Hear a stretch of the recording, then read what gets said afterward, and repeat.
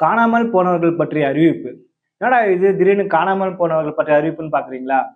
ஆஹ் திரைத்துறையில பாத்தீங்கன்னா 2016ல இருந்து 2021 வரைக்கும் பாத்தீங்கன்னா எந்த ஒரு சம்பவத்துக்கும் பொங்குற நபர்களா இருந்தவர்கள் யாருன்னு பாத்தீங்கன்னா சூர்யா, ஜோதிகா, சத்யராஜ், ரஞ்சித், மாரி செல்வராஜ், அதுக்கப்புறம் பாத்தீங்கன்னா இன்னும் பிற சித்தார்த் முக்கியமா, அதுக்கப்புறம் இன்னும் பிற சில நடிகர்கள். இவர்கள் எல்லாம் பாத்தீங்கன்னா அந்த டைம்லாம் வந்து ஒரு ரொம்ப ஆக்டிவா இருந்த நடிகர்கள் மட்டும் இல்ல, ஒரு சோசியல் போராளிகள் நம்ம சொல்லலாம். அந்த அளவுக்கு வந்து ஏதாவது ஒரு சின்ன சம்பவம் நடந்தா கூட மிகப்பெரிய அளவுல தங்களுடைய எதிர்ப்பை காமிப்பாங்க, அறிக்கை விடுவாங்க.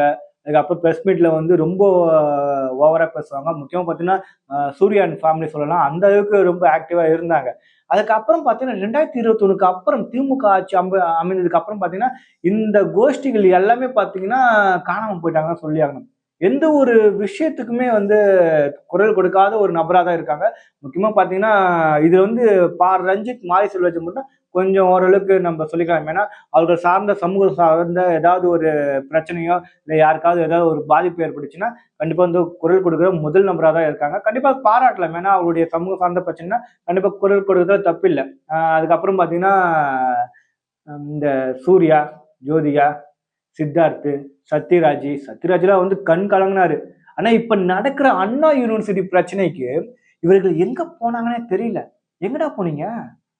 ஒவ்வொருத்தரும் போயிட்டு மிக்சர் சாப்பிட்டுருக்கானுங்களா? இல்ல வாயில வந்து வேற ஏதாவது அந்த கொழுக்கட்டை, வாழைப்பழம், இல்ல வாழைப்பூ அது மாதிரி ஏதாவது வச்சிருக்காங்களான்னு தெரியல. ஒருத்தனும் வந்து இந்த சம்பவத்துக்கு குரல் கொடுக்கவே இல்ல.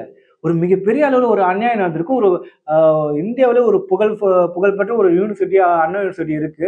அந்த அண்ணா யூனிவர்சிட்டில வந்து நைட் 7 மணிக்கு மேல வந்து ப அந்த மாணவர்களோட பெற்றோர்கள் போனாலே பார்த்தீங்கன்னா, செக்யூரிட்டிக்கு அந்த வந்து 1008 கேள்வி கேட்பான். அலோடு இல்ல. அப்படிப்பட்ட இடத்துல வந்து நைட் டைம்ல ஒருத்தன் பூந்து ஒரு பெண்ணுக்கு வந்து பாலியல் வன்கொடுமை செஞ்சிருக்கான். அது மட்டும் இல்லாம இதுக்கு முன்னாடி வந்து பல்வேறு பெண்களுக்கும் பாலியல் கொடுமை பண்ணியிருக்கான் அப்படிங்கிற ரீதியில வந்து நியூஸ் வந்திருக்கு. அந்த பெண் சம்பந்தப்பட்ட எஃப்ஐஆர் லீக் ஆயிருக்கு. அந்த எஃப்ஐஆர் படிச்சு பார்க்கும்போது ரொம்ப கேவலமா இருக்கு.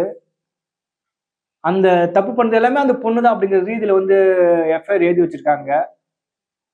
இவ்வளவு சம்பவம் நடந்திருக்கு. ஆனா இந்த சம்பவம் எதுவுமே வந்து நடக்காத மாதிரியே இந்த போலி போராளிகள் எல்லாம் வந்து எங்க இருக்காங்கன்னு தெரியல உண்மையாலுமே.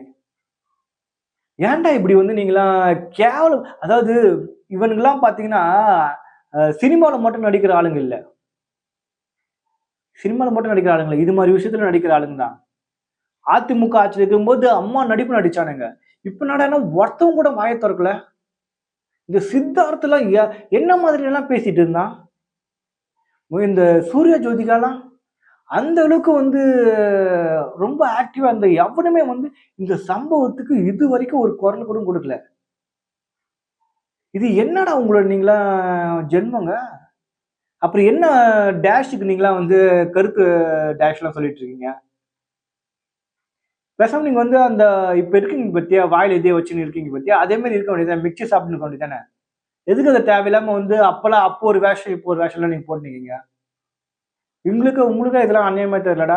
ஏன் இப்ப ஏதாவது நீங்க சொன்னீங்கன்னா, திமுககாரன் வந்து உங்க வீட்ல பாம்பு போட்டுருவானா? இந்த அரச பத்தி ஏதாவது குறை சொன்னாங்கன்னா, திமுககாரன் வந்து பாம்பு போட்டுருவானா? பொள்ளாச்சி சம்பவத்துக்கெல்லாம் வந்து அரசு மேல அவ்வளோ பழி போட்டீங்களே. எங்கேயோ நடந்த காஷ்மீர் பிரச்சனைக்கும், உத்தரப்பிரதேச பிரச்சனைக்கும், டெல்லி பிரச்சனைக்கும் இந்த இடத்துல வந்து அவ்வளோ கூப்பாடு போட்டீங்களே. தமிழ்நாட்டுல நீங்க இருக்கிற மாநிலத்துல இவ்வளவு பெரிய சம்பவம் நடந்திருக்கு.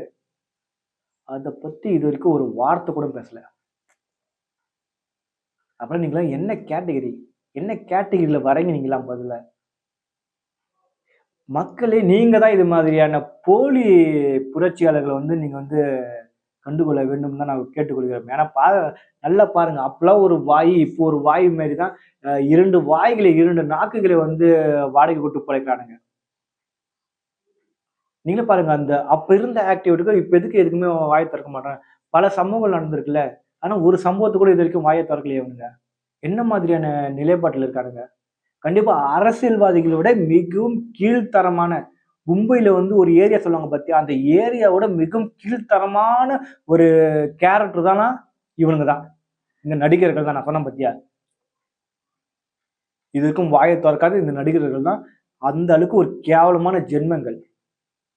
தனக்கு ஒரு ஆதாயம்னா என்ன வேணாலும் பண்ணுவானுங்க. அந்த கேரக்டர்ல தான் இவனுங்க எல்லாமே வரானுங்க. இனிமேல் பொதுமக்களே நீங்க வந்து நல்லா புரிஞ்சுக்கங்க. இந்த மாதிரியான நடிகர்கள் வந்து ஏதாவதுக்கு வந்து குரல் கொடுக்குறானுங்களா, ஏதாவது பண்றாங்களா, அவனுக்கு சந்தேகப்படுங்க ஏன் குரல் கொடுக்குறானுங்கன்ட்டு. அப்ப கொடுத்தான் இப்ப ஏன் கொடுக்கலன்னு சொல்லிட்டு கேள்வி கேளுங்க. அப்ப கேள்வி கேட்டா இது மாதிரியான நடிகர்கள் வந்து திருந்துவானுங்க. முக்கியமா அவனோட படத்தை வந்து புறக்கணியுங்கள் தான் நம்ம சொல்லியாகணும். உண்மையில வந்து இந்த விஷயத்துல ரஞ்சித்ல வந்து பாராட்டுறேன். ஏன்னா என்னதான் பேசணும்னா அவருடைய சாதியோட மக்களுக்கு வந்து ஏதாவது ஒரு பிரச்சனைன்னா கண்டிப்பா முதல்ல வந்து குரல் கொடுப்பாரு. பல விஷயத்துல பார்த்திருக்கோம். ஆனா இது மாதிரி நடிகர்கள் பாருங்க, தமிழன் தமிழன் சொல்லிட்டு எல்லாத்தையும் மூடிட்டு வேற எங்கேயாச்சும் இருப்பானுங்க. திருட்டு பசங்கன்னு சொல்லலாம் இவனுங்கெல்லாம்.